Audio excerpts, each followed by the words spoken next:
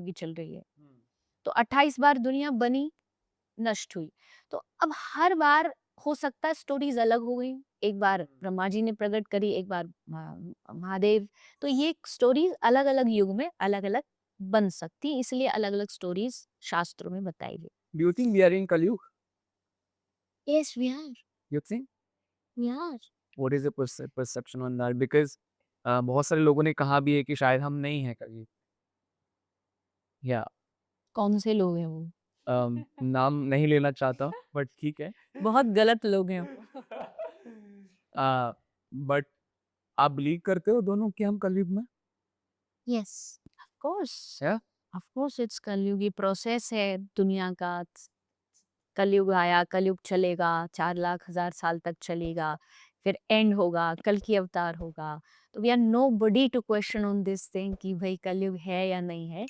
I think मन मर्जी से नहीं हमें बोलना चाहिए, जो हमारे शास्त्र इसीलिए तो बने हैं। आई थिंक इमोशनली कह सकते हैं, जैसे मैं भी कई बार कथा में बोल देती हूँ कि भाई ये कलयुग नहीं है, ये कथा युग है, क्योंकि यहाँ इतना सत्संग हो रहा है, इतना भजन हो रहा है। सही बात सही है। तो इसलिए उस हम इमोशनल वे में बोल सकते हैं, बट लॉजिकली हम ये नहीं सिद्ध कर सकते कि ये कलयुग नहीं है। कलयुग है।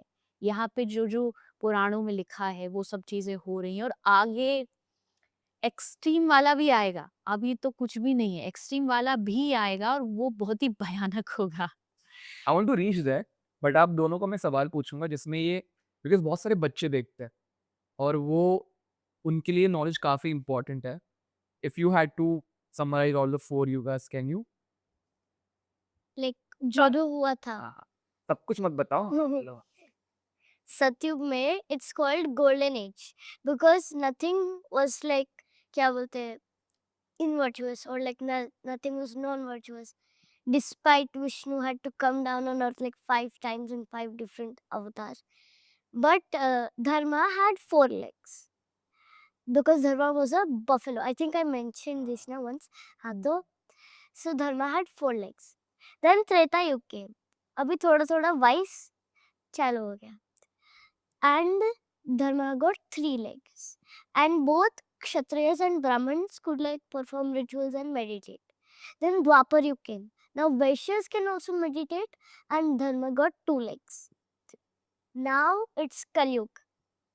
Dharma has 1 leg, and Vaishyas, Shudras, Brahmins, and Kshatriyas can all like ritual meditate वो सब कर सकते हैं. ऐसा परिधि ने बताया सतयुग में भगवान ने कितनी बार अवतार लिया है। कलयुग में अगर हम शास्त्रों की बात करें तो उसके अकॉर्डिंगली बेस्ट युग इज कलयुग, Okay. क्योंकि इस युग में भगवान को पाना is the easiest compare to other युग्स। ये मैंने पहली बार सुना है। हाँ, और उसका रीजन इज महाराष्ट्र में बैठे हैं। महाराष्ट्र में हुए एकनाथ जी भक्त हुए भगवान के बहुत बड़े, नामदेव जी। गुजरात में हुए नरसिंह मेहता जी, राजस्थान में हुई मीराबाई जी। अगर इनकी आप स्टोरी पढ़ो तो इनको हर दुविधा में जब भी ये परेशान हुए, दुखी हुए, तो भगवान ने आकर के हेल्प करी। प्रहलाद जी के लिए एक ही बार आए नारायण भगवान, ध्रुव जी के लिए एक ही बार नारायण भगवान आए, पर एकनाथ जी के लिए 56 बार आए। 56 टाइम्स भगवान आए और उनकी हेल्प करी। नरसिंह मेहता जी के लिए 52 बार आए। मीरा के लिए जब जब जरूरत पड़ी वो आए, उन्होंने आकर के हेल्प करी फॉर्म में, मतलब ऐसे तो हमेशा ही साथ थे, बट एक स्वरूप में आकर के भी उन्होंने हेल्प करी। तो आप बताइए कि कलयुग में ज्यादा इजी है भगवान को पाना है सतयुग में?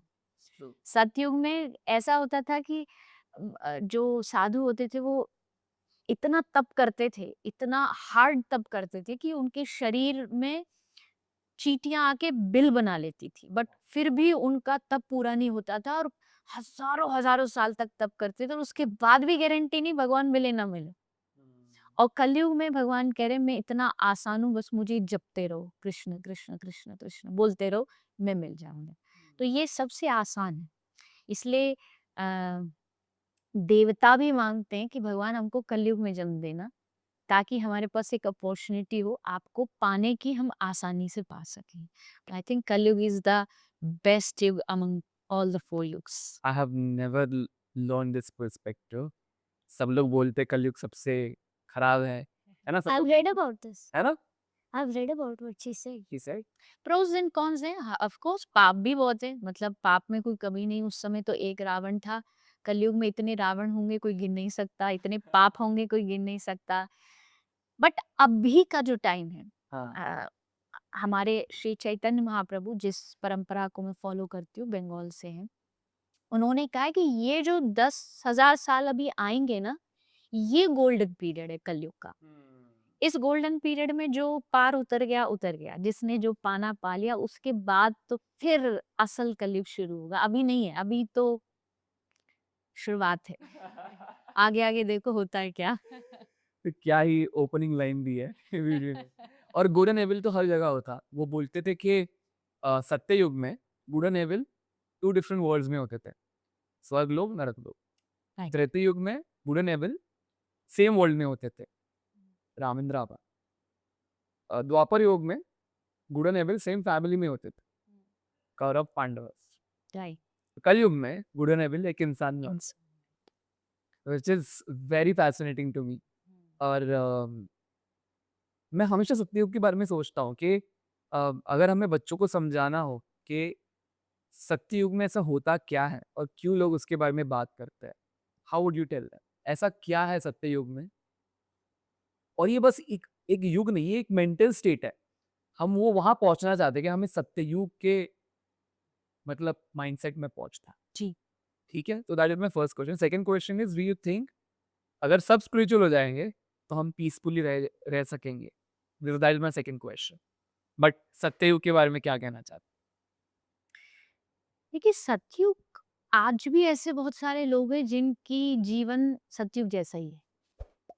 सतयुग में बुरा करना तो छोड़ो, बुरा सोचना भी पाप था। करने का जो फल मिलेगा, वो सोचने का भी मिलेगा। मैं उसको मार दूं, इतना सोचने पर भी आप एक एक्यूज्ड बन गए। ये सतयुग में होता है। सतयुग की परिणाम जो है वो बहुत खतरनाक है। कलयुग में ऐसा नहीं है। कलयुग में आप जो कर रहे हैं उसी का आपको फल मिलेगा, क्योंकि सोचने का अगर मिलने लगा तो यहाँ सबका बेड़ा गर्क जाएगा। सबसे पहले मैं उड़ जाऊंगा। यहाँ कोई बचेगा नहीं, क्योंकि यहाँ आदमी सोच से हर रोज पाप करता है, सोचने में। और भगवान ने, लोग कहते हैं ना, काश मन की बात पता चल जाती। बहुत अच्छा है कि नहीं पता मन की बात। अगर मन की बात पता लग जाती तो ये दुनिया ऐसी नहीं होती। यहाँ एक दूसरे को मार दिया होता अब तक सबने। भगवान ने छुपा के रखा, नहीं, या तो तू जानता है या मैं जानता हूँ, इसके अलावा कोई नहीं। क्योंकि यहाँ